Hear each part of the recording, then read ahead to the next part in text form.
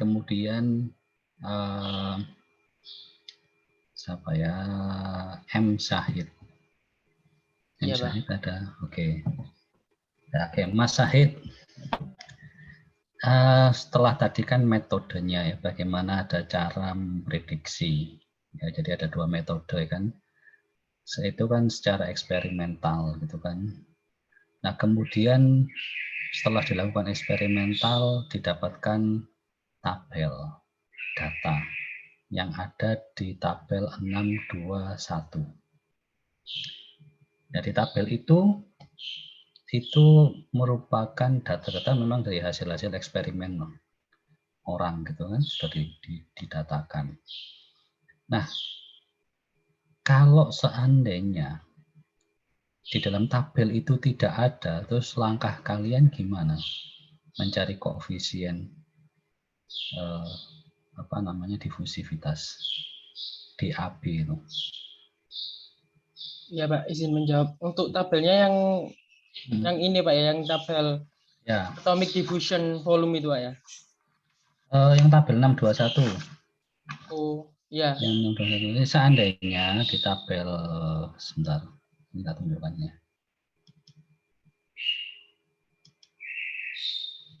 Bukan yang atomic diffusion ini, tabel 621, dan 622 lah ini. Oke. Seandainya di tabel ini data yang kalian cari tidak ada, itu terus kamu nyarinya gimana, Mas Syahid? Iya. Menurut yang saya baca itu kita cari melalui internet Pak. Yang saya dengar, yang saya mengenai video Bapak itu cari di internet, lalu ini kan ada diffusion, terus satuannya meter kuadrat per sekon dikali 10 pangkat 4. Itu nantinya dibagi 10 pangkat 4. Jadi nanti kalau dari udara ke amoniak itu 0,198 kali 10 pangkat min 4. Seperti itu, Pak. Oke, dicari di internet gitu ya. Tapi sebelum ke internet ada nggak cara lain? Bisa menjawab, Pak. Ya, silakan Mas Putra. Jadi kalau tidak ada tabel, kita menggunakan persamaan 6.2/44. Itu ya, betul sekali. Itu DAB-nya ada kaitan dengan omega dan theta. Tetapi yang kita tahu untuk mencari omega dan theta itu memerlukan banyak data lagi ya kan Pak. Jadi sehingganya ada di penyederhanaan rumus lagi, yaitu di persamaan 6.245, di mana ada penggunaan V dan sigma V. Nah, ini itu lebih sering digunakan dan apabila tidak ada di tabel, sehingga untuk V-nya itu untuk hitungannya itu ada di 6.2/2, yang mana ada nilai V berdasarkan per atom dan nilai sigma V berdasarkan per molekul. Ini pakai metode Fuller, Sketcher, dan Edding. Ya, oke.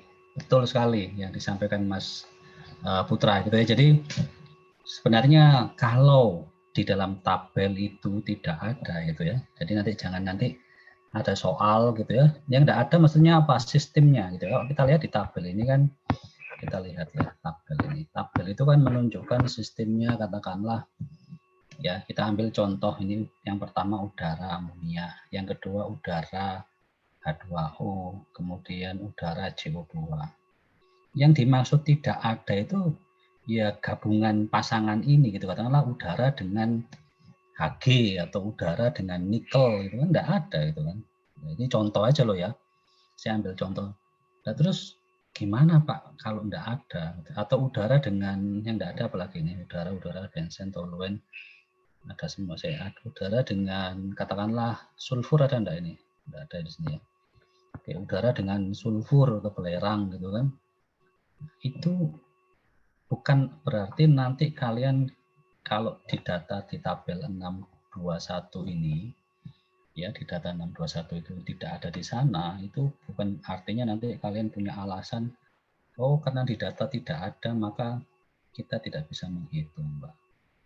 Karena setiap persamaan ya, persamaan dalam menghitung jumlah difusi, massa yang terdifusi atau flux gitu kan, flux yang terdifusi suatu komponen itu pasti butuh yang namanya DAB, ya, koefisien difusivitas.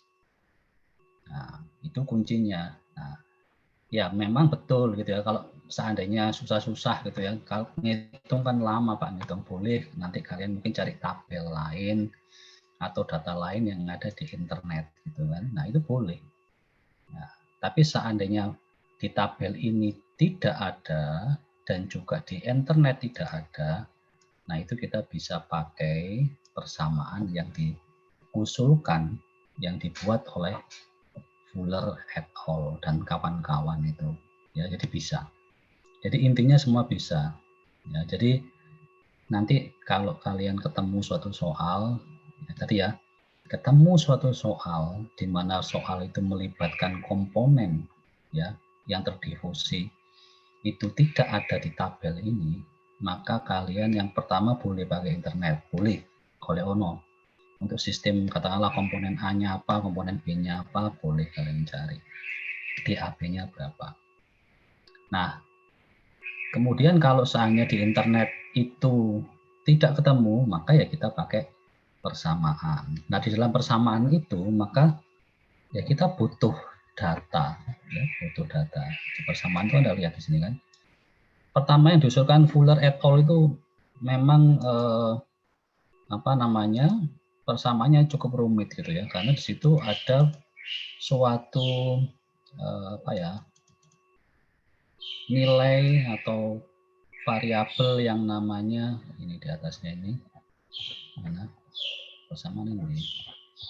Nah ini ya di situ ada suatu ya ini variabel omega ini kan, omega ini dan juga theta ini. Nah, dua variabel ini sebenarnya itu adalah variabel tentang hubungan penggabungan antara molekul A dan molekul B. Nah, itu. Jadi, ya Anda baca di situ theta tentang apa, omega itu apa, ada di situ kan. Nah, kemudian ya ini susah juga itu dicari karena ini kita butuh data-data dukung yang cukup banyak untuk persamaan 6, 2, 4, 4. Sehingga ya oke lah kita buat persamaan untuk mereka, bukan kita ya, karena kita tidak ikut apa-apa. Mereka membuat suatu persamaan yang lebih sederhana, muncul di persamaan yang di 6, 2, 4, 5. Nah ini 6, 2, 4, 5 itu hanya melibatkan tentang adanya variabel-variabel yaitu temperatur ya. Ini temperatur T, kemudian berat molekul, nah ini banyak kan kita cari, dapat banyak. Kemudian VA, lah ini yang agak susah juga, VA kecil sama VB. VA itu apa? Nah inilah, atomic diffusion volume. Nah ini memang spesifik sekali nilai VA itu gitu kan, nah spesifik sekali. Kembali lagi kita ketemu masalah gitu, walaupun tadi persamaan sudah diringkas, ya nilai theta dan omega dihilangkan, ternyata sekarang muncul nilai V kecil, ya, V kecil A atau V kecil B. Cuma ternyata Fuller et al. Dan kawan-kawan itu sudah membuat suatu tabel data tentang nilai-nilai VA dan VB. Nah, ada. Jadi untuk komponen atomiknya C, H, O, N, nah ini sudah ada nilainya. Saya rasa ini sudah mewakili lah hampir semua komponen ya hampir bisa mengandung CHON kecuali ya logam-logam tertentu gitu ya. Mungkin di sini yang belum ada seperti mungkin ya saya bilang Ni, kemudian Ag tidak ada ya, Ag juga belum ada, tembaga, Cu, kan tidak ada. Terus gimana Pak kalau itu tidak ada itu kan? Misalnya Anda bertanya, nah, gimana kalau tidak ada? Makanya kita pergunakanlah searching di internet. Ya, jadi ini pun mesti menemui masalah juga kalau beberapa komponen tidak ada ya kita harus cari lagi ya. Dan yang cara paling mudah tadi betul yang dikatakan Mas Syahid tadi ya cari aja nilai DAB langsung di internet. Cuma hati-hati gitu ya. Karena di internet kadang-kadang itu adalah internet itu adalah open source ya. Jadi setiap orang itu bisa memasukkan nilai data, maka kita perlu sebenarnya cek data itu benar atau enggak. Itu yang harus kita lakukan harusnya, gitu kan. Nah, perlu kita buktikan, kita cek lagi benar enggak data itu. Ya kadang-kadang datanya nggak benar. Kadang-kadang termasuk di Wikipedia itu pun ya beberapa data kurang pas, gitu kan. Nah, itu yang perlu sebagai seorang yang kita cari data, seorang peneliti, atau nanti Anda akan menghasilkan suatu karya ilmiah, kita perlu cross check data-data yang ada di internet. Jangan terlalu percaya 100% gitu ya. Kecuali data tersebut memang ada, sudah divalidasi betul. Nah, itu yang pesan saya ya, dengan internet memang enak, semuanya ada, mudah, tapi harus hati-hati. Ya. Oke, jadi ini yang menjadi catatan bahwa ya kalau tidak ada ya jalan keluarnya ya dari internet aja, cari di literatur handbook lain, cari data-data ini, gitu ya. Insya Allah ada, karena saya bilang bahwa data ini kan data lama. Anda lihat di sini adalah data ini tahun berapa? Mereka mengusulkan 1 tahun. Nah ini kan kurang lebih lah 1966, ya anggap aja 1970, beberapa tahun yang lalu kan. Nah, itu yang menjadi pertimbangan. Dengan berjalannya waktu, kemarin sudah saya di video sebutkan, saya rasa banyak sekali data-data yang muncul, ya data-data baru yang muncul, itu bisa kalian cari. Nah, itu yang perlu kalian catat. Nah, kemudian ya ini tadi bagaimana kita bisa memprediksi, kita mencari ya. Jadi mencari nilai DAB. Yang paling umum tadi betul dikatakan Mas Putra, bahwa ya kita pakai metodenya persamaannya Fuller dan kawan-kawan et al. Oke, kemudian ini. Nah, ini ada satu contoh soal gitu ya. Saya rasa contoh soal itu ya kita diminta untuk mencari memprediksi. Nah, contoh soal ini sebenarnya tujuannya untuk membuktikan gitu ya. Apakah metode persamaan yang diusulkan oleh Fuller dan kawan-kawan itu sama enggak dengan yang ada di tabel 621. Itu arahnya ke sana. Jadi kita membandingkan. Jadi setiap data itu perlu kita bandingkan. Persamaan itu pun juga kita harus cross check. Jadi persamaan Fuller itu kalau seandainya dapat Anda nanti di internet dapat suatu persamaan gitu kan. Ya perlu kita cek. Hasil perhitungan dari persamaan itu benar enggak, nyimpangnya jauh apa enggak.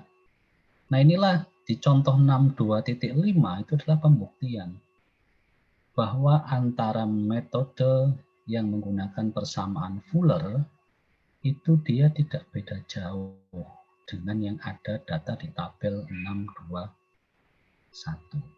Sehingga kita bisa simpulkan bahwa oh ternyata persamaan Fuller itu bisa dipakai. Ya, ini contohnya. Contoh.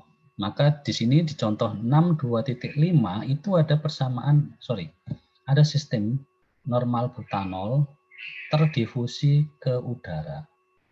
Oke ya, butanol terdifusi ke udara. Nah ini. Ingat bahwa yang dia menjadi suatu target di dalam proses pemisahan, proses difusi, itu mesti disimpulkan dengan A. Dan harus kita tuliskan di depan. Ya, contoh mungkin sistem ekstraksi, ya, asam propionat, TCE, dan air. Maka karena kita ingin mengekstrak asam propionat tulis di depan. Dalam perhitungan, asam propionat biasanya tidak tulis asam propionat enggak, tapi disimpulkan dengan A. TCE-nya itu B. Airnya itu C. Ya, jadi nanti kan seperti itu. Jadi kalau melibatkan 3 komponen, ya, komponennya ada 3 tersier, itu berarti nanti kita simpulkan A, B, C. A itu yang tertulis di depan itu adalah yang akan kita pisahkan atau mungkin akan kita serap atau kita absorb gitu ya, atau kita ekstrak, itu di depan pasti. Yang nomor 2 itu biasanya adalah yang membawa, senyawa yang membawa, inert atau carrier. Kalau dia 3, ada komponen yang ketiga, maka yang ketiga itu mesti larutnya, yang melarutkan. Ya, seperti itu. Nah, kalau ini sistemnya kan dua, butanol, normal butanol dan udara. Ya, normal butanol dan udara. Ada lagi contoh sistem yang dua, sistem etanol air pada saat destilasi itu kan, ya, kan etanol air, etanolnya A, airnya B. Kalau dalam kasus ini butanol nanti akan terdifusi ke udara. Nah ini, udara dikasih simbol B. Pada tekanan 1 atm, kemudian kita diminta menggunakan metode atau persamaan Fuller et al. Untuk mengestimasi nilai DAP. Nah, kita sebenarnya diminta di sini untuk temperatur berapa? Temperatur 0 derajat ini dan juga temperatur 25,9 derajat. Kenapa kok ini diminta pada temperatur itu? Nah, kita bisa menjawab itu karena kita bisa lihat kalau di dalam tabel yang atas, gitu ya. Kita lihat tabel yang atas ini. Karena ingat ya, tujuannya kita membandingkan. Untuk normal butanol, N-butanol, kita lihat normal butanol mana? Udara, nah ini. Oke, kita lihat di sini. Nah ini. Udara dan N-butanol. Pada temperatur 0 dan temperatur 25,9. Jadi kita hubungkan gitu ya, di pertanyaan tadi kenapa kok ada pertanyaan A pada 0 derajat, pertanyaan B-nya pada 25,9, karena dia kepingin membuktikan ya, kalau untuk normal butanol dan udara ya pada 0 derajat itu nilainya DAP-nya adalah ini. Ya ini untuk 0 derajat. Untuk yang 25,9 nilainya ini. Kalau yang ini kan temperaturnya dalam Kelvin kan, 0 derajatnya 273. 25,9 itu ketemunya 298,9. Nah, makanya mereka ingin membuktikan data ini sudah ada. Data tadi sudah ada. Ada di tabel 621. Cuma ingin kita buktikan kalau kita menghitungnya pakai persamaan Fuller, hasilnya sama enggak? Nah, itu ya, ngerti ya. Jadi kita hubungkan dengan itu. Sampai sini ada pertanyaan, bisa dipahami? Jelas ya? Jelas, Pak. Jadi Jelas, Pak. arahnya, contoh soal itu tadi adalah kita ingin membuktikan. Kita pakai persamaan Fuller. Apakah persamaan Fuller itu nanti menghasilkan nilai DAB yang sama atau mungkin berbeda dengan nilai yang dihasilkan di tabel ini? Oke.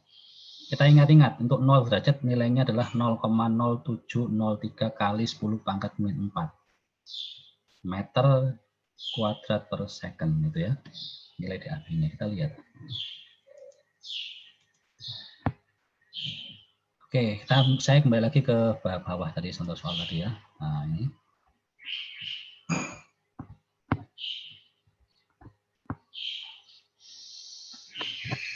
Oke, nah di dalam persamaan itu di Fuller maka kita butuh data ya pasti berat molekul untuk butanol, buat molekul untuk udara berapa ya, MA sama MB-nya. Sudah kita ketahui ya, berat molekulnya berapa. Jadi bisa kita hitung kan, masa nggak bisa ngitung berat molekulnya butanol sama air. Butanol itu apa sih? N-butanol itu persamaan kimianya apa? Semua kimianya. Apa? C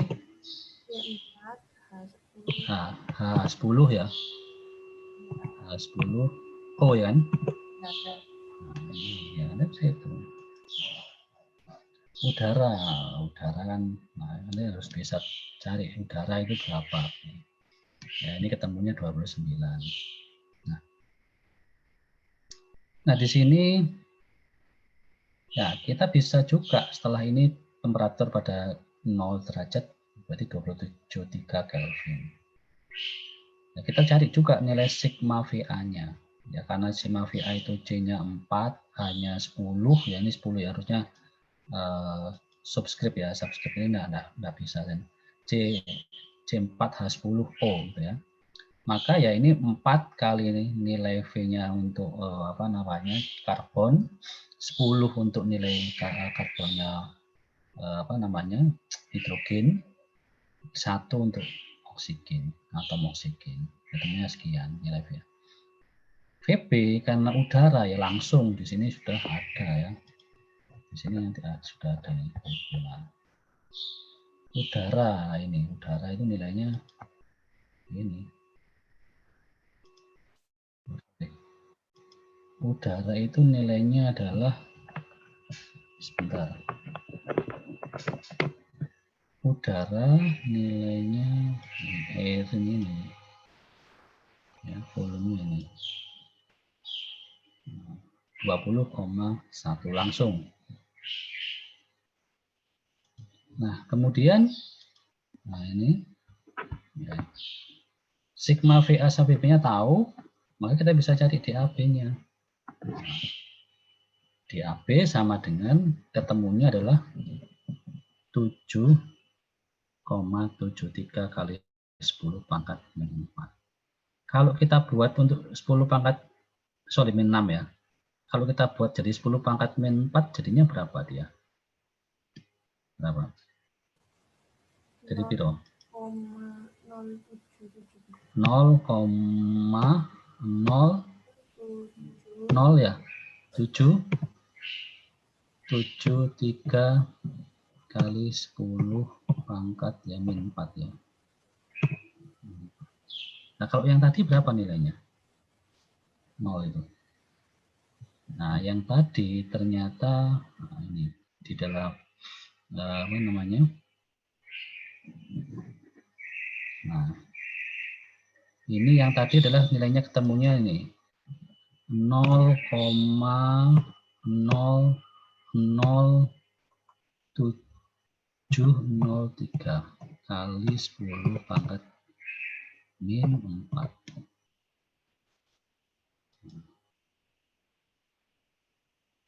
Nah, antara nilai ini ya, ini dan ini hampir sama ya. Ini yang di tabel 621 nilainya ini. Kalau ini dibuat dalam 10 pangkat min 6, dia tulisnya 7,03. Yang ini dari 10 pangkat min 6 itu adalah 7,7. Ya, bedanya tidak jauh. Ini sama ini. Ya, kalau kita lihat perbedaannya ya kurang lebih ya. Perbedaannya kurang lebih 10%. 10%. Nah, sehingga dengan perbedaan yang kita anggap cukup kecil gitu ya, cukup kecil sehingga ya kita bisa simpulkan, oh ternyata metode atau persamaan Fuller itu bisa kita pakai, nggak beda jauh dengan yang ada di tabel apa namanya tabel 62.1. Begitu juga pada apa namanya yang temperatur 25,9 ini. Dia ternyata hasilnya tidak beda jauh ya, ketemunya kalau yang 25,9 itu ketemunya ini 9. Nah, ini adalah ya sekian 10 pangkat min 6. Nah, ya oke lah, masih ini agak ini besar perbedaannya, oke lah, masih boleh dikatakan masih masuk dalam tidak terlalu juga sangat beda jauh sekali, errornya di atas 50% itu enggak. Jadi masih rentang ya 10%, kemudian 15%, 20% ya masih kita bisa toleransi. Ya sehingga di situ nanti bisa kita simpulkan bahwa oh ternyata bisa digunakan metode Fuller itu untuk memprediksi seandainya di tabel 62.1 itu datanya tidak ada. Oke. Nah, kemudian yang perlu juga saya tambahkan gitu ya. Kalau kalian itu pertama itu sudah, yang perlu saya tambahkan, menggunakan persamaan yang ini itu untuk katakanlah untuk menghitung yang persamaan untuk menghitung yang persamaan yang yang nomor A, apakah yang nomor B itu juga pakai persamaan ini? Tidak perlu, ya. Jadi saya bikinkan suatu ringkasan untuk kita menghitung yang soal B ini, gitu ya, yang soal yang B yang ditanya. Kalau seandainya temperaturnya berubah, tapi tekanannya masih sama, gitu ya. Temperaturnya berubah dari 0 derajat, dia naik menjadi 25,9 derajat Celcius. Bagaimana? Apakah harus panjang gini? Tidak perlu. Maka Anda bisa menggunakan untuk yang B, ya, B, itu Anda bisa pakai aja DAB, T1, ya, T1 itu kan, sorry, T2 ya, kemudian T2 sama dengan, nah ini T2 dibagi T1 pangkat 1,7 ini. Jadi untuk mencari persamaan atau nilai yang kedua, di mana tekanannya masih tetap sama, tidak berubah, tidak ada perubahan tekanan, maka Anda bisa pakai persamaan ini. Untuk mencari yang B, ya. Jadi B ini bisa pakai persamaan. Oke. Nah, seandainya ada kasus yang C ini. Yang C itu kan temperaturnya sama, Pak. Tapi tekanannya berubah. Ya, oke, temperaturnya sama 0 derajat, sama dengan A. Tapi tekanannya dari 1 atm dia naik ke 2 atm. Ya kan? Awalnya kan 1 atm, ini kan tekanan kan 1 atm di sini. Nah, bagaimana kalau seperti itu? Apakah harus menghitung lagi? Enggak. Kalau untuk yang nomor C itu ya, yang C, maka seperti itu DAB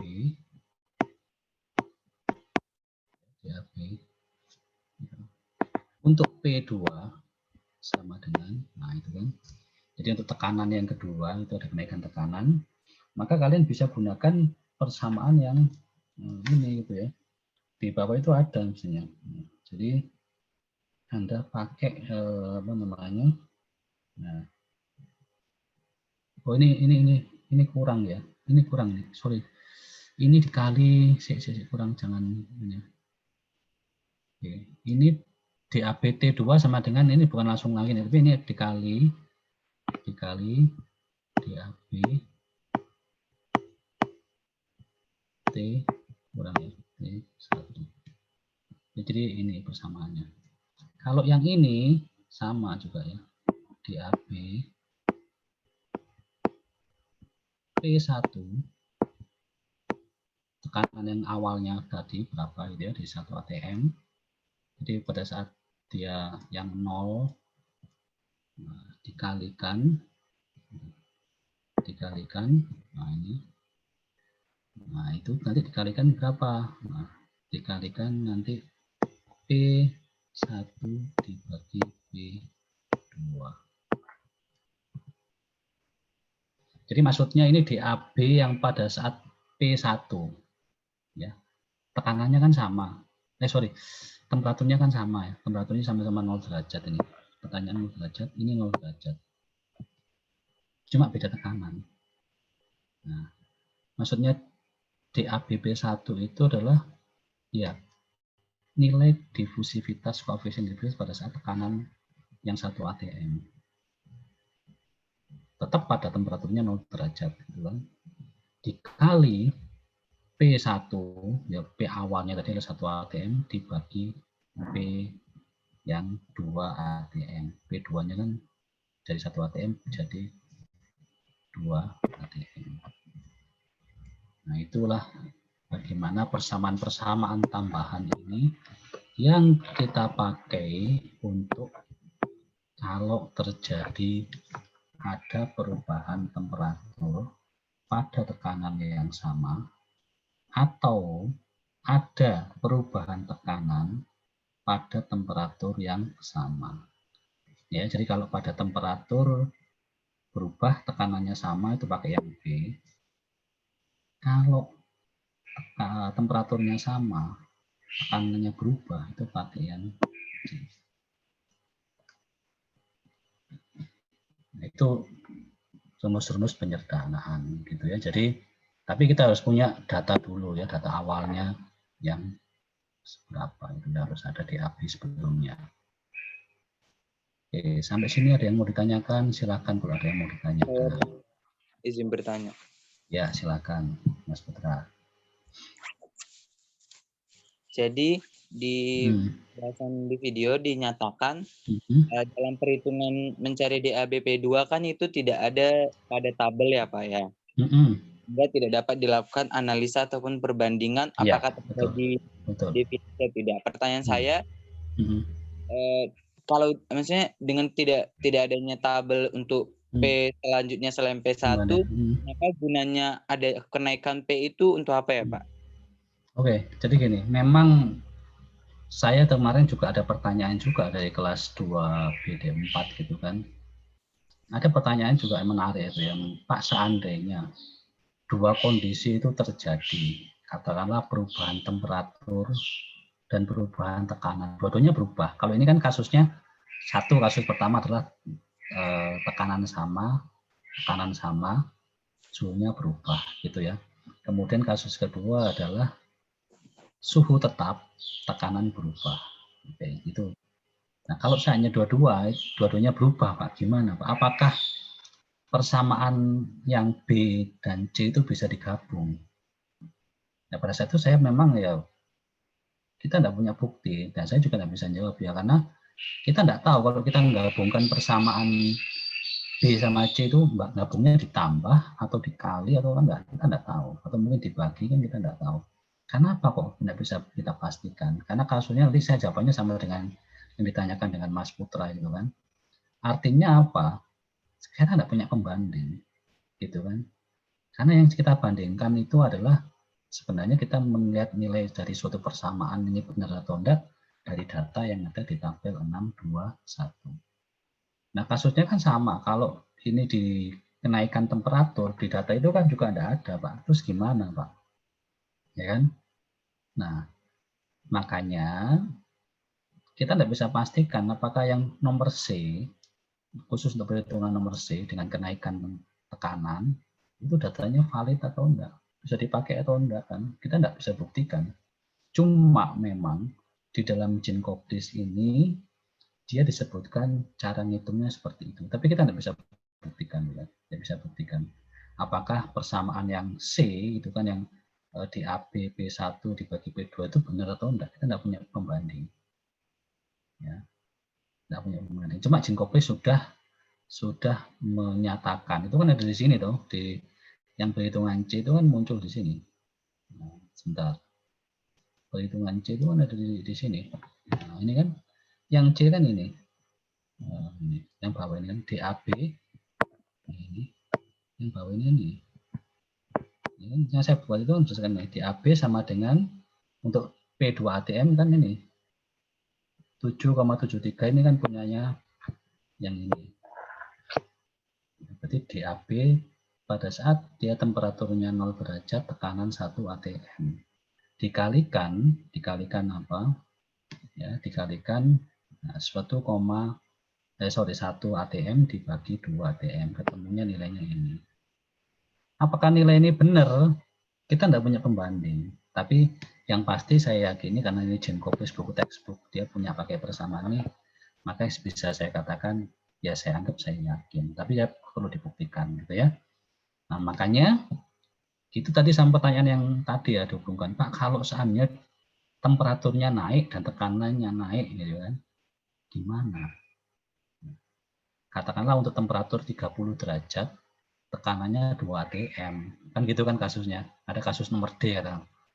Coba prediksi untuk sistem N buta 0 sama udara pada temperatur 30 derajat, tekanannya 2 atm. Ya ampun ya kamu. Nah, saya juga tidak bisa jawab itu, saudara tidak bisa menjawab. Karena apa?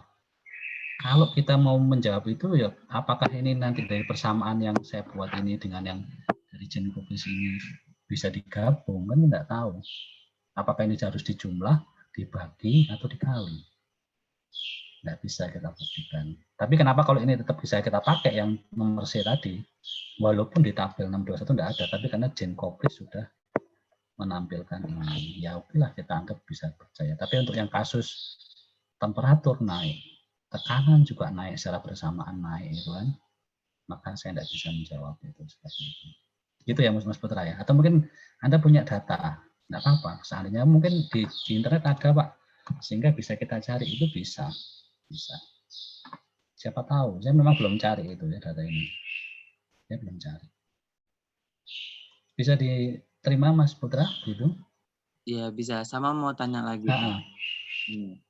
Kan kalau dilihat-lihat ya Pak, kenaikan dari P1 ke P2M itu DAB-nya makin kecil. Nah, berarti kalau kita naikkan lagi kan otomatis semakin kecil lagi tuh. Nah, itu memang kasusnya seperti itu atau ada kasus yang ada pengecualian ketika naik KPM-nya itu nanti nilai DAB-nya jadi naik, Pak?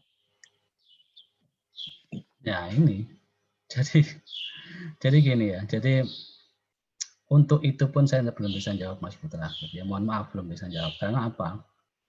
Untuk kasus DAB ya, itu eksperimennya kita butuh eksperimen tersendiri. Dan terus terang saya belum sampai memperdalam ke sana. Gitu. Artinya apa? Ya ini untuk menentukan suatu koefisien itu susah sebenarnya. Contoh gitu ya, contoh aja. Kalau nanti Anda mungkin menentukan suatu proses data VLE, vapor liquid equilibrium, itu eksperimennya juga panjang banget gitu, membuat data kurva kesetimbangan itu nggak sembarangan gitu. Artinya apa? Ya alatnya khusus gitu ya. Nah, untuk menjawab itu ya butuh studi lebih dalam gitu ya. Artinya untuk saat ini gitu, terus terang saya belum sampai bisa ke sana gitu ya. Artinya ya yang saya pahami adalah bahwa ya ada nilai DAB, kemudian DAB itu bisa kita prediksi ya, kita prediksi dengan menggunakan persamaan Fuller. Kemudian apakah nanti dengan bertambahnya tekanan, kemudian nanti seperti pertanyaan Putra itu ya, apakah nanti dia bertambah tekanan bisa berdampak semakin, kan ini semakin kecil ya, dinaikkan lagi dengan lagi akan semakin juga DAB-nya kecil. Saya juga tidak bisa jawab dengan pasti. Artinya ya itu belum ada sampai ke sana gitu ya, sampai tren bagaimana itu menjadi suatu penelitian tersendiri atau mungkin riset tersendiri bisa. Atau mungkin sudah ada, cuma memang belum saya dalami gitu. Jadi intinya adalah saya hanya nanti di sini memberikan gambaran bagaimana ya kita pakai aja DAB.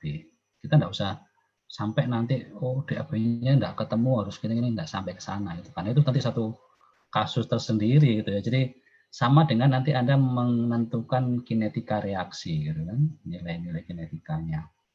Ya di ya order reaksi dan lain-lain panjang sekali.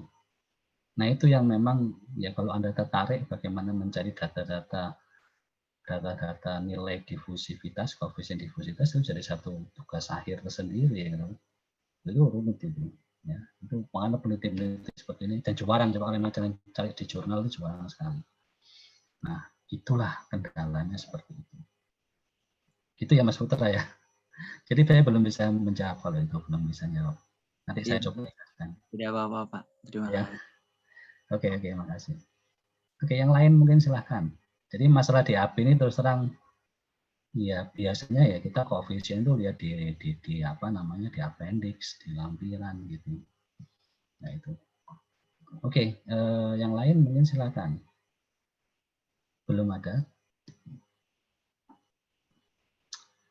Oke, kalau belum ada saya lanjutkan lagi ya. Jadi ya inilah bagaimana kita mencoba memprediksi, menghitung. Kemudian, nah kalau saya lanjutkan lagi itu adalah kita bagaimana melakukan proses atau mempelajari tentang proses difusi di dalam suatu cairan. Kalau kemarin-kemarin kan pada fase gas. Nah di dalam fase cairan ini yang menjadi faktor terpenting itu adalah sama seperti pada saat kasus kalian belajar perpindahan momentum ya di transportasi fluida. Dalam suatu fluida yang pasti ada parameter tentang fisiknya adalah viskositas dan densitas serta kecepatan alir.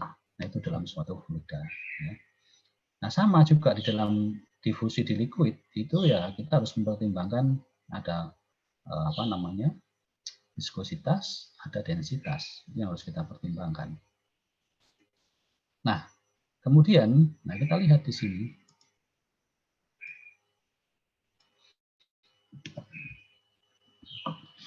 Nah, jadi kalau persamaannya sama dengan persamaan-persamaan yang ada di dalam fase gas. Ya, Na, kemudian DAB, DCA, kemudian DZ. Sama persamaannya. Nah, yang menjadi patokan itu adalah semuanya kita lihat di dalam kasus equimolar counter diffusion. Kenapa kok itu perlu kita pakai patokan equimolar counter diffusion? Ada yang tahu kenapa kok semua kemarin dulu kita semua dikondisikan kondisinya equimolar counter diffusion? Ada yang bisa jawab enggak? Kira-kira seperti apa? Apa mungkin semisal yang kayak dari air ke udara ke NH3 terus nanti dibalik nilai DAB-nya itu bisa tetap gitu? Ya, boleh seperti itu, betul. Cuma nanti gini, ya, betul sekali. Jadi gini, banyak dalam suatu proses teknik kimia itu banyak kalau Anda lihat di dalam perhitungan ATK. Dulu asumsinya apa? Asumsinya kalau Anda perhitungan ATK, asumsinya kondisinya adalah apa? Steady state itu kan ya? Ya, masih ingat kan dalam perhitungan ATK? Iya, Bapak. Ya, kenapa kok dibuat kondisi steady state? Kenapa kok dibuat kondisi steady state? Ada yang ingat? Bedanya kondisi steady sama unsteady apa? Kenapa kalau mau Anda ngitung neraca massa diasumsikan kondisinya steady state sehingga nanti Anda bikin persamaan neraca massa? Kenapa? Ayo, sing ngajar ATK siapa? Dulu waktu kelas 1. Macam-macam ya. Ayo, silakan. Izin menjawab, Pak. Ya, silakan. Mungkin kalau steady itu kondisinya lebih stabil. Jadi sama dengan kalau dalam yang kondisi equimolar counter diffusion itu juga bisa dikatakan kondisinya lebih stabil gitu. Betul, betul. Tapi stabil di sini apa maksudnya stabil dalam suatu proses itu? Maksudnya steady, kondisi steady itu apa sih? Stabil itu apa? Ayo dengan saya, ayo steady itu apa? Kenapa kalau di dalam proses kimia itu ada istilah steady, unsteady, ayo apa? Dan itu mesti muncul, diasumsikan kondisinya steady. Nah, ya karena tidak ada massa yang kayak apa berkurang gitu, jadi dia tetap gitu ya, Pak. Iya. Tidak ada yang dianggap tidak ada yang terakumulasi. Sehingga massa masuk sama dengan keluar, kan gitu ya. In sama dengan out, itu steady state. Padahal kenyataannya tidak seperti itu. Dalam suatu proses itu pasti ada yang hilang, ada yang terakumulasi, tertinggal di dalam reaktor, dalam proses itu pasti ada. Jadi nanti gitu ya, ini pesan saya dan ingat-ingat ya, kalau nanti Anda ngitung neraca massa di pabrik, Anda nanti PKL, itu praterin, tugas PKL-nya ngitung neraca massa atau neraca panas gitu ya, energi. Itu jangan nanti Anda asumsikan seperti seperti Anda ngitung di OTK gitu ya. In sama dengan out balance gitu. Itu kondisi teoritis. Dianggap kondisinya steady. Padahal dalam kondisi real itu tidak ada yang steady. Jadi nanti begitu kalian nanti ngitung neraca massa atau neraca energi di dalam tugas ya. Karakter ini. Nanti kalau saya lihat neraca masanya in sama dengan out, itu salah besar. Karena tidak mungkin kondisi real di pabrik atau alat yang sedang berjalan itu in sama dengan out. Nah, terus kenapa Pak di dalam teori atau dalam perhitungan ATK itu dibuat, atau mungkin di sini ya, equimolar counter diffusion. Itu karena ya supaya kita bisa dengan mudah ngitung gitu loh. Jadi muncul suatu persamaan masa masuk sama dengan masa keluar, gampang gitu. Tapi kalau di awal sudah diantik bahwa masa masuk itu sama dengan masa keluar plus akumulasi, plus kehilangan karena reaksi, plus lain-lain, ya kamu tidak akan ngerti, kalian tidak akan susah. Makanya awalnya itu dibuat disederhanakan dulu. Nah, tapi dengan metode sederhana tadi itu jangan kalian aplikasikan kalau kalian ngitung real di pabrik. Nanti kalau pada saat tugas itu ada in sama dengan out, salah langsung sudah kita coret. Jadi jangan, pasti ada losses. Tidak mungkin tidak ada akumulasi. Tidak mungkin tidak ada kehilangan karena reaksi. Pasti. Ya, jadi kalau di ATK kan kalau kalian balance ya, masuk sekian, keluar sekian, senang gitu ya. Wah ini untuk satu sih. Tapi kalau itu kalian terapkan di dalam perhitungan real, ya kalau yang nanti masa masuk sama dengan keluar atau energi masuk, panas masuk sama dengan keluar, ya itu tambah diketawakan orang, itu tidak mungkin. Ya itu ya, jadi tolong diingat-ingat. Dan anak masih sekarang sampai salah semua. Karena sudah terbawa bahwa ya dianggap seakan-akan kondisinya steady. Bahwa tidak ada kondisi yang real itu steady. Ya, jadi ya kalian ya harus paham itu ya. Makanya kenapa kok di sini dibuat equimolar counter diffusion ya karena ya sebenarnya kan mudah ngitung. Jumlah yang masuk atau yang terdifusi ke titik A ke B sama dengan terdifusi B ke A. Sehingga DAB-nya bisa dipakai untuk dua-duanya. Ya, jadi bisa dibolak-balik seperti tadi kan di tabelnya kan N-butanol ke udara. Padahal soalnya udara ke N-butanol di tabelnya. Padahal di soal itu kan butanol ke udara. Nah, karena kita asumsikan dia equimolar counter diffusion, maka boleh bolak-balik karena Na sama dengan min NB ini. Nah, ini. Nah, maka akan muncul Na sama dengan min NB. Nah, ini. Min NB itu kan hanya arahnya kebalikan dari makanya dikonsil seperti ini. Jadi ingat-ingat ya, jadi tidak saya bilang equimolar itu ya hanya kondisi itu bagaimana kita bisa hitung buat suatu persamaan. Tapi realnya tidak ada pas kondisi equimolar counter diffusion. Tidak ada kondisi yang setimbang. Ya, adanya mungkin ya di perhitungan teori ini, di soal-soal teori, termasuk ya di ATK, di Meblo, itu ya semuanya banyak yang dibuat kondisinya asumsinya steady state. Ya. Dan itu banyak asumsi-asumsi. Ini asumsikan sekian sehingga nanti hitungannya balance. Nah, yang real di pabrik atau di industri tidak mungkin. Ya ingat-ingat ya, jadi hati-hati. Jadi kalau nanti Anda ngitung neraca massa atau energi dalam proses tugas khusus, maka tidak mungkin dia akan ketemu balance. Ya, in sama dengan out. Oke. Kemudian ya ini, maka ya seperti saya katakan tadi, ada parameter-parameter yang lain. Apa? Ya ada parameter untuk liquid itu adalah viskositas sama densitas. Nah, makanya di sini sudah kita libatkan adalah densitas. Nah, ini. Kemudian, nah kita juga tidak lupa bahwa di dalam suatu campuran itu kan ada fraksi. Ya, ada fraksi. Maka di dalam proses liquid, maka kita munculkan juga fraksi. Nah, ini kan fraksi. XA1 dikurangi XA2, artinya itu adalah fraksi komponen A. yang ada di titik 1 sama fraksi komponen A yang ada di titik 2. Maksudnya ada apa? Ya kemarin ingatkan ini komponen A sama B campuran. Dalam campuran kalau equimolar kan 50% 50%. Itu kalau equimolar. Tapi kan realnya kan enggak 50% 50%. Maka ya pasti ada komposisi 50% A untuk equimolar 50% B.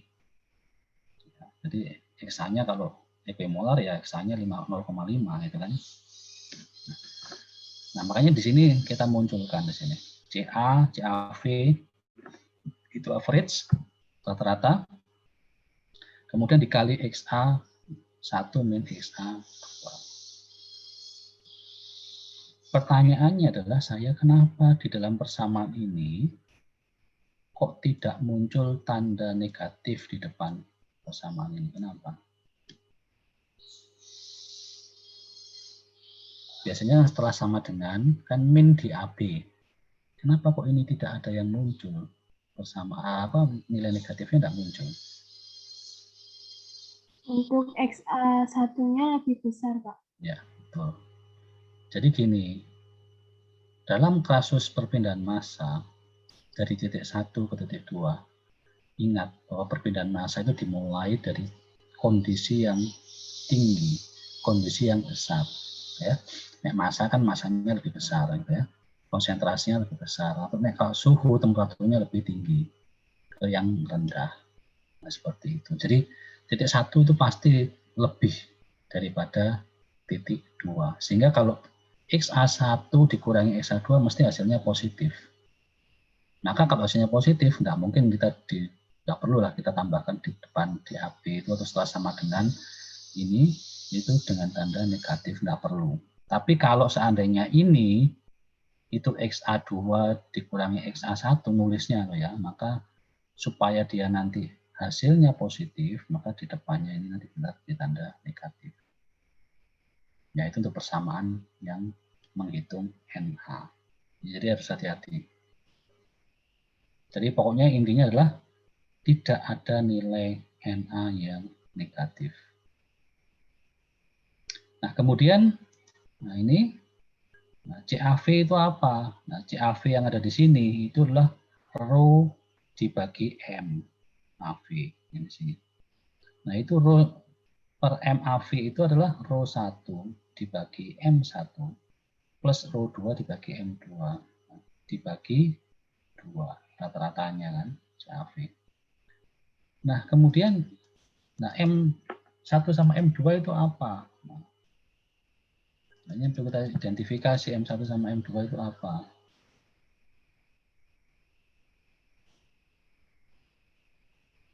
Oke, mana M1 M2 ini.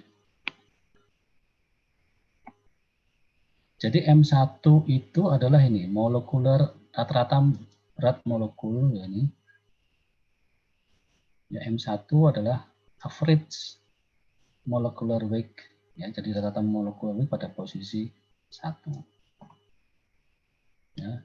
Kemudian ya sebaliknya juga M2 berarti adalah rata-rata berat molekul di titik 2.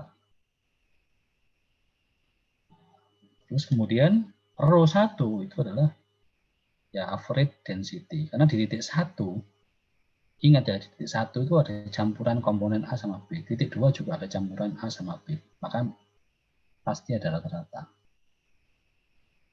Rata-rata densitas dan rata-rata berat molekul campuran.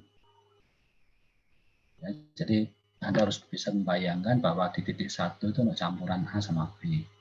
Di titik 2 ada campuran A sama B. Di titik 1 itu campuran A sama B-nya ya punya fraksi masing-masing tertentu. Maka nanti kita bisa menghitung densitas rata-ratanya antara A sama B sama berat molekul rata-ratanya, yaitu M1. Kalau di titik 2, maka karena ada campuran A sama B, Anda nanti juga akan bisa menghitung densitas rata-rata yang ada di titik 2, jadi punyanya komponen A sama B yang ada di 2, sama berat molekul A sama B yang ada di titik 2. Jadinya nanti M2. Seperti itu. Oke, jadi di sana Nah, kemudian kasusnya sama dengan yang di fase gas, itu ada difusi A melalui komponen B yang dia tidak terdifusi ke A, non diffusing B. Artinya B itu tidak mungkin terdifusi ke A. Ini dikondisikan seperti itu. Jadi hanya A yang terdifusi ke B. Ya, jadi maksudnya seperti itu. Jadi dia untuk kasus ini dia tidak bisa bolak-balik, gitu ya, tidak bisa B itu ke A. Sehingga nanti persamaannya ya seperti ini. Yang A sama dengan DAB, CAB sama dengan yang tadi ya. Tapi nanti muncul yang XBM. Nah, XBM itu apa?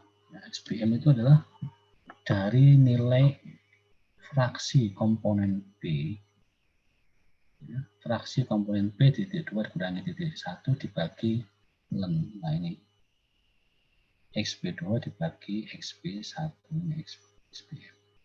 Nah ini muncul karena apa? Ya, ini sama kasusnya seperti yang di fase gas. Kalau di fase gas kemarin bukan XBM tapi PBM. Ya. PBM ini.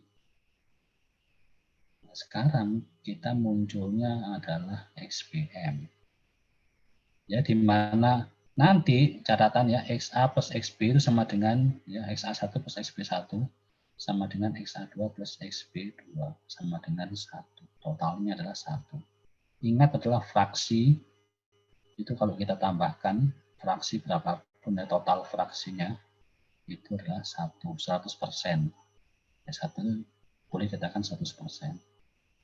Jadi komponen-komponen yang terdiri atau yang ada di dalam suatu campuran itu kalau kita jumlahkan ya totalnya ya 100%. Ya. Nah, kalau dibuat dalam satu fraksi maka total fraksinya, totalnya penjumlahan semuanya komponen itu adalah 1. Nah, kalau seandainya XBM itu adalah dia mendekati nilainya 1, ya, nilainya 1, maka kita bisa sederhanakan persamaan NA ini menjadi persamaan yang ini. Jadi persamaannya tinggal langsung berakhir ini. NA sama dengan DAB CA1 min CA2 Z. Ini persamaan awalnya seperti itu. Oke, ini ada contoh soal. Kita sampai jam berapa ini? Saya masih ada waktunya. 8 berapa? 8.40. 40, oke. Masih ada. Nah, ini. Contoh soalnya adalah, kita lihat ini. Jadi bagaimana ini etanol terdifusi ke air.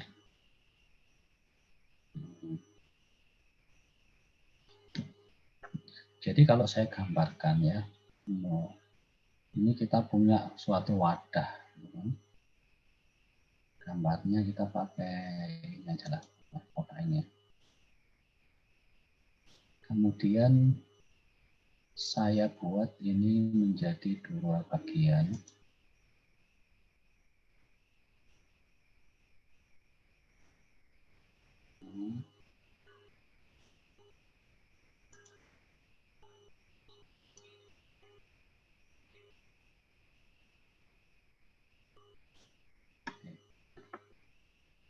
Jadi saya punya wadah seperti ini, kemudian di sini saya masukkan yang pertama itu adalah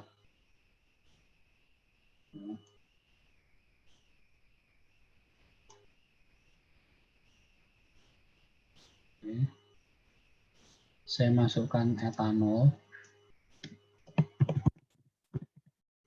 Ini fasenya sama-sama fase liquid ya.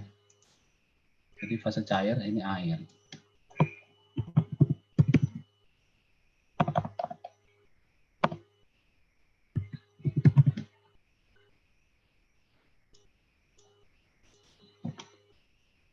Nah, kemudian karena dia fasenya adalah fase cair, ya kita masukkan dalam suatu bejana atau wadah gitu kan. Nah, maka di sini akan ya etanolnya ada di sini ya. Etanol, saya kasih warna merah, yang airnya saya kasih warna biru.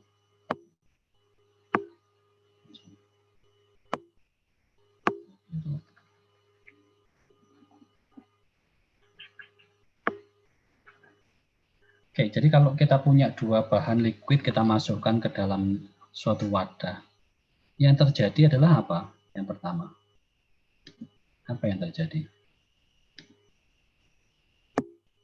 Apa yang terjadi? Apa yang terjadi?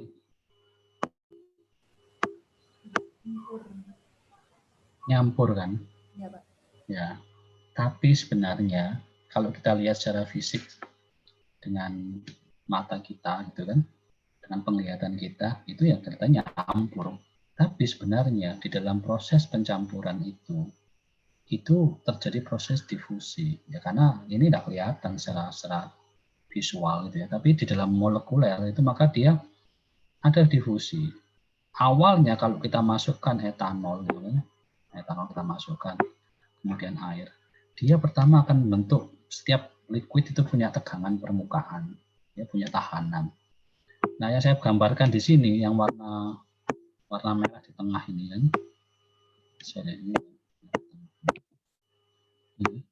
itu adalah tegangan permukaan antar dua liquid. Itu sebenarnya ada lapisan tipis yang bilang lapisan film ini. Jadi maksudnya lapisan film itu ya lapisan antara pertemuan dua fluida. Jadi kelihatannya nyampur, tapi sebenarnya secara molekuler dia terbentuk lapisan tipis. Ya, jadi thick ya, 2 mm ada suatu barrier, ada suatu penghalang ya, ini barriernya. Berupa apa ya barrier itu? Tegangan permukaan. Tegangan permukaan setiap liquid pasti punya tegangan permukaan. Nanti dia kalau dia bertemu pasti ada yang membentuk lapisan ya. Nah, maka nantinya karena dia ada perbedaan kondisi gitu ya, etanol, komponen-komponen etanol itu dia akan terdifusi, bergerak dari yang merah ke menuju yang biru. Jadi dari kiri ke kanan. Nah, kemudian apa? Nah, yang menjadi penghalang ini adalah lapisan film. Jadi namanya film itu tipis sekali. Tipis kan. 2 mili. Nah, ini adalah titik 1 yang atas. Ini titik 2. Jadi dari titik 1 dia bergerak ke titik 2. Tapi komponen air ini tidak mungkin dia, untuk kasus ini dia tidak bisa berdifusi ke titik 1. Sehingga NB-nya itu dimasukkan nilainya 0. NB-nya 0. NB-nya 0.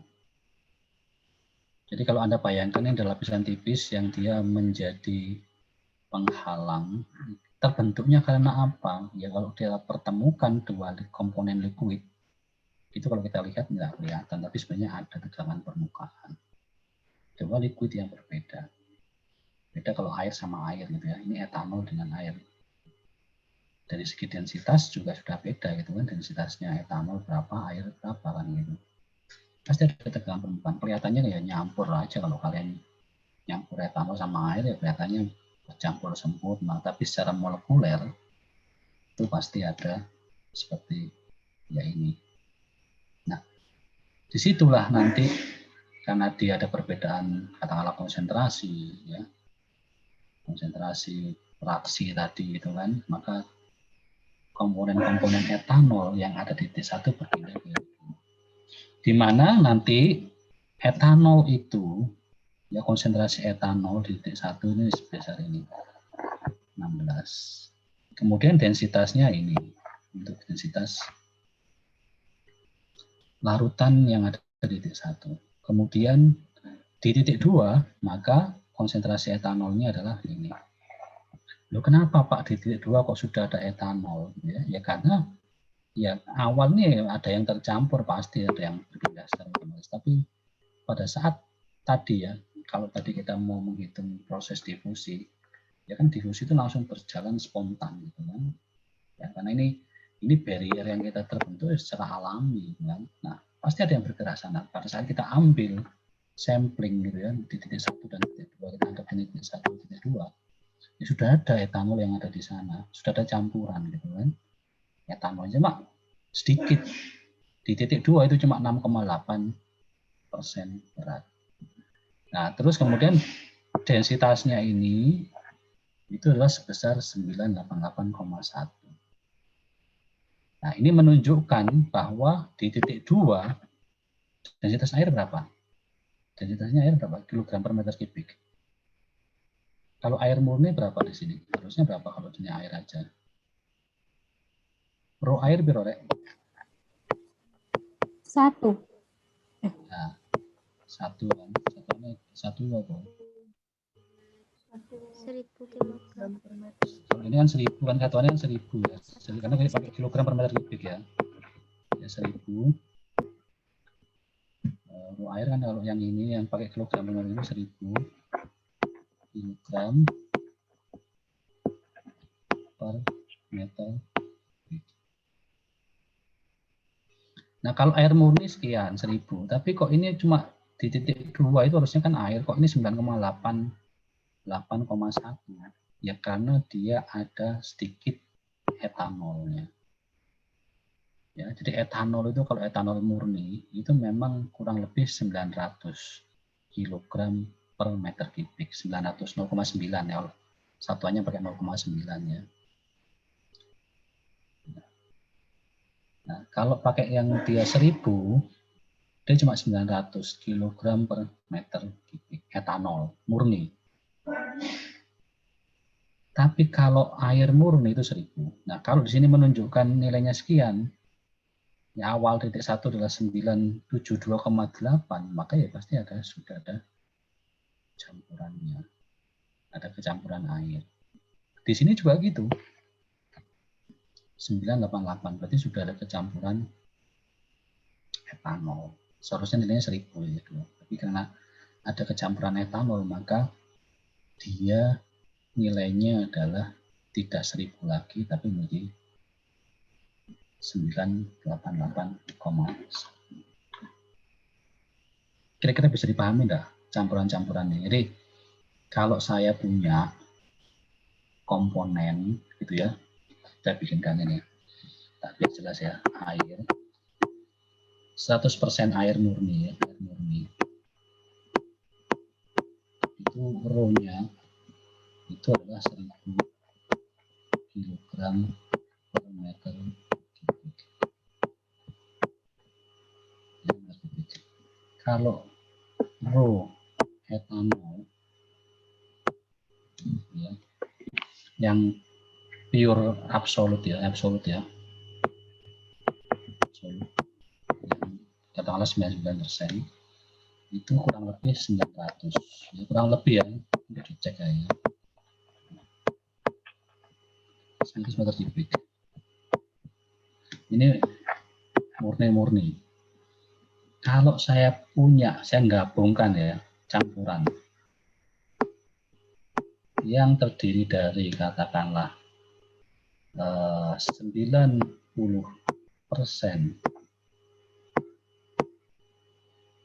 air ya, air plus 90% air plus 10% etanol, maka rho-nya jadi piro? Apakah rho-nya jadi berapa? Rho campurannya piro?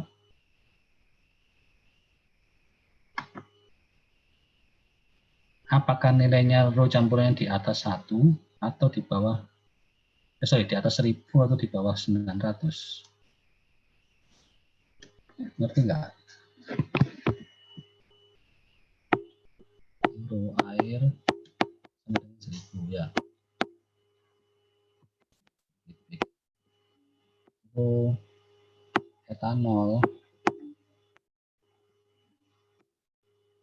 etanol itu sama dengan 900 kilogram per meter kubik. Ya, kalau ini saya campurkan itu ya 90% air, sorry, kita tulis saja lah. Ya, 90%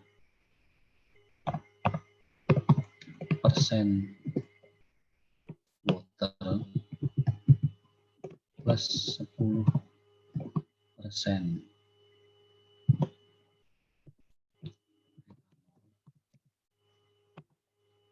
berapa rho ya, rho campurannya.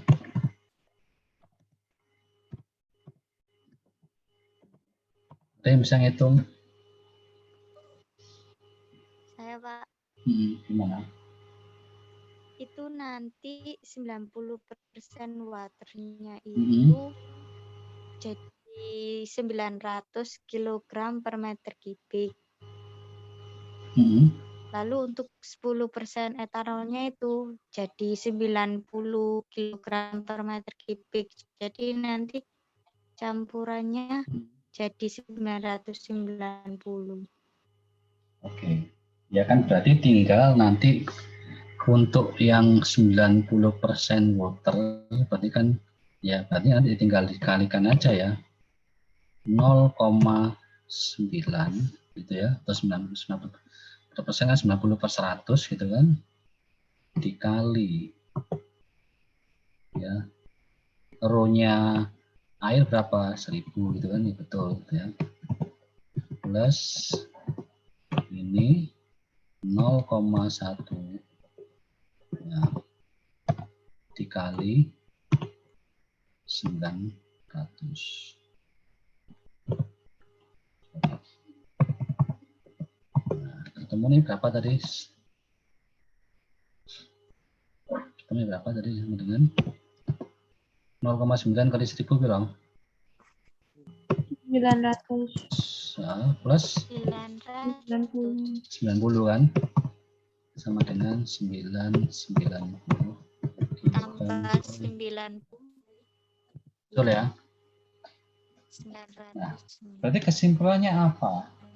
Kalau saya punya campuran air sama etanol dengan persentase sekian, maka densitasnya juga itu merupakan densitas campuran. Nilainya dia tidak mungkin melebihi nilai densitas air, juga tidak mungkin kurang dari densitasnya etanol. Jadi tidak mungkin nilainya lebih dari 1000, tidak mungkin nilainya juga kurang dari 900. Karena campuran, maka nilainya harus di antara nilai 1000 sama 900, ya kan? Nilainya ketemunya 990, tergantung fraksinya berapa. Tergantung komposisi etanol, campuran etanol dan airnya berapa.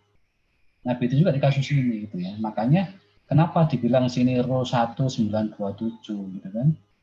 Rho 1 kan titik 1. Titik 1 sebenarnya miliknya etanol. Tapi etanol itu tadi sudah ada, kalau sudah dia jadi 927 berarti sudah ada airnya, nggak tahu persennya berapa kan gitu kan.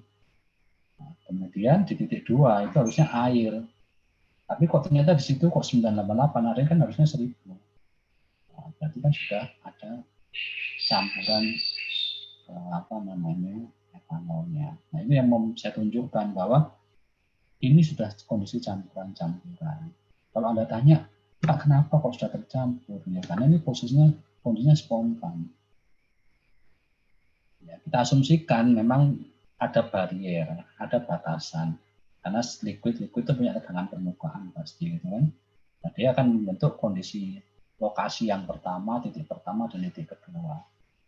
Nah, maka di antara titik pertama dan kedua ya pasti ada etanol dan air, yang titik kedua juga ada etanol dan air. Tapi komposisinya berbeda-beda. Nah, komposisi yang berbeda-beda ini berdasarkan ini tadi.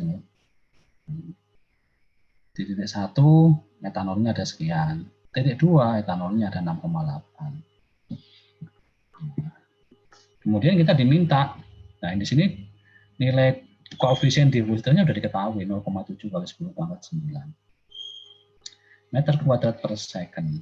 Hitung ya kondisi steady state flux NA-nya.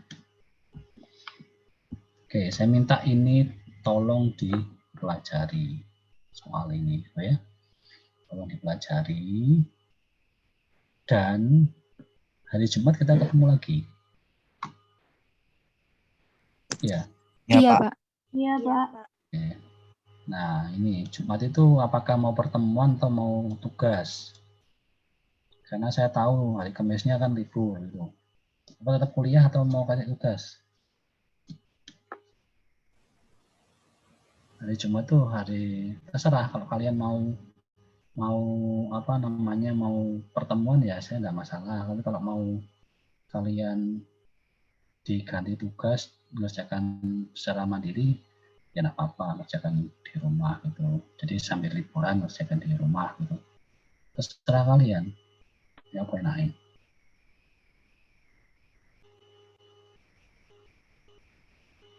Gimana kelas 2D? Kok diam semua? Izin gini Pak. Jadi kalau sekarang ini sepertinya belum bisa. Ya, oke. Karena ada Pak Hadi ya. Karena ada Pak Hadi. Kalau kelas 2A D4 kemarin minta dipindah hari Senin gitu kan. Hari Senin. Sehingga siangnya kan saya ngajar 2A D4. Ya, sehingga saya cuma tinggal kelas kalian aja, kalau karena siang udah dipindah. Ya, anak kan mikirnya biar libur panjang Pak, ya wis terserah gitu. Makanya saya tahu kemauan kalian, tapi kalau kalian saya tidak mau libur Pak, tetap aja percuma gitu kan. Ya saya masuk tidak masalah gitu Pak, ya masuk. Tapi kan makanya perlu saya tawarkan ya. Ya kalau Pak Anang seneng pray, ya tidak ada yang tidak seneng libur, semua seneng. Tapi kalau kalian Pak masuk aja ya nggak apa-apa. Saya mengikuti apa yang kalian inginkan, nggak masalah. Mungkin nanti saya dikabari aja ya, sehingga ya begitu ada kabar dari kalian, saya pastikan nanti ya kasih tugasnya nanti dikumpulkan hari Selasa minggu depan gitu kan. Jadi ya Jumat itu ya seperti biasa kan, biasanya kalau saya pertemuan seperti ini kan pertemuan sekali, satunya tak kasih video atau mungkin tugas mandiri belajar kan gitu kan, karena ya itu seperti itu modelnya, saya buat seperti itu sehingga pertemuan ya cukup di hari, katakanlah kalau Selasa ketemu ya Kamisnya atau Jumatnya dari tugas gitu kan, atau kasih materi video penjelasan saya, kan sama aja gitu kan, sama dengan kalian lihat saya gini ya saya sama nanti direkam ya putar lagi kan gitu kan, sama-sama video. Oke, jadi itu yang nanti saya minta ini dipelajari. Nah tugasnya apa Pak? Ya nanti nunggu dulu, nunggu keputusan dari kalian. Kalau kalian apa namanya, kalian tetap masuk, saya akan hari Jumat itu pasti akan membahas soal-soal. Saya akan buatkan soal-soal untuk hari Jumat.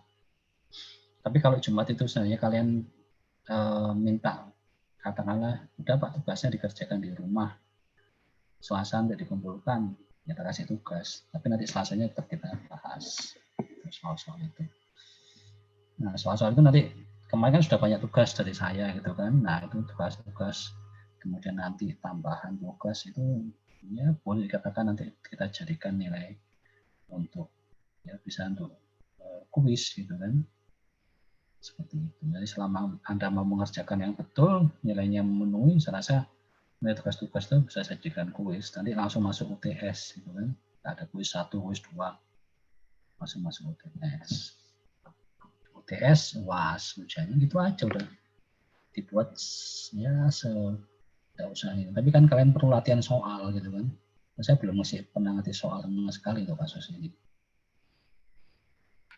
Ya, jadi mungkin saya ditunggu. Tunggu dulu, oke. Saya tunggu aja ya beritanya gimana, didiskusikan, disepakati bersama gitu ya. Jadi jangan sampai nanti tidak ada kata sepakat. Ya, tetap musyawarah, tetap tidak ada yang dirugikan. Saya juga ini hanya usulan gitu ya. Jadi Pak saya Jumat masuk ya nggak apa-apa, bener loh ya. Saya tidak memaksa harus libur libur, enggak, saya menawarkan ke kalian gitu kan. Kalau kalian pengen libur ya monggo, kalau pengen masuk ya enggak apa-apa gitu kan. Nah itu. Tapi kalau tanya, oh Pak Anang mosok rek pengen gak kelem, ya saya seneng, ya enggak ada yang munafik kalau saya bilang enggak senang libur gitu kan. Tapi saya tetap mengikuti kalian bahwa ya kalau kalian pokoknya masuk, saya enggak mau rugi, enggak apa-apa gitu ya. Jadi tidak ada paksaan sama sekali, tidak ada intimidasi dan tidak ada ya saling mempengaruhi. Semua dari kalian dan untuk kalian itu aja. Oke, jadi ini dipelajari. Habis ini coba pelajari nomor ya, karena ya itu udah tinggal Anda mencari M1, M2, kemudian XA1, XA2 coba dipelajari. Kalau ini Anda bisa pahami, kemudian akan saya kasih soal ya, untuk latihan ini. Oke, ada pertanyaan lagi sehubungan dengan materi atau apapun, atau mungkin masukan, saran, silahkan. Kalau belum ada, maka saya akhiri dulu untuk pertemuan kali ini, gitu ya. Saya mohon maaf kalau ada hal-hal yang kurang berkenan. Terima kasih atas perhatian Anda, atas kehadiran kalian. Ini masuk semua kan? Tadi berapa orang? Ada yang tidak masuk ke kelas, Mas Putra? Hadir semua Bapak. Kurang satu. Iya 24. Berarti kan 23 dengan kalian. Sampai sih tidak ada.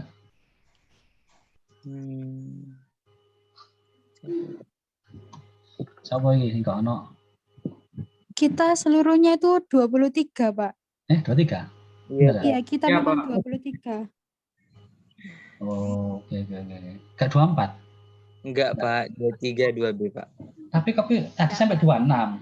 Itu Pak, tadi kan saya login 2, terus yang HP sudah saya keluarkan itu loh Pak. Lah iya, kudune saya. Kalau login 2, harusnya kan 25. Kamu 23 loh ya? Ya, terus kan yang satunya itu saya live gitu loh Pak. Jadi saya login cuman di laptop aja sekarang. Jadi kembali lagi 23 tambah Pak Anang jadi 24. Oke. Mas masuk semua ya? Iya Pak. Oke, wes. Alhamdulillah kalau masuk semua. Oke, jangan lupa absennya di LMS. Juga tetap Anda harus absen di sana. Oke, terima kasih. Saya akhiri. Assalamualaikum warahmatullahi wabarakatuh. Waalaikumsalam. Waalaikumsalam warahmatullahi wabarakatuh. Terima kasih, Pak. kasih, Pak. Sama-sama. Wabarakatuh.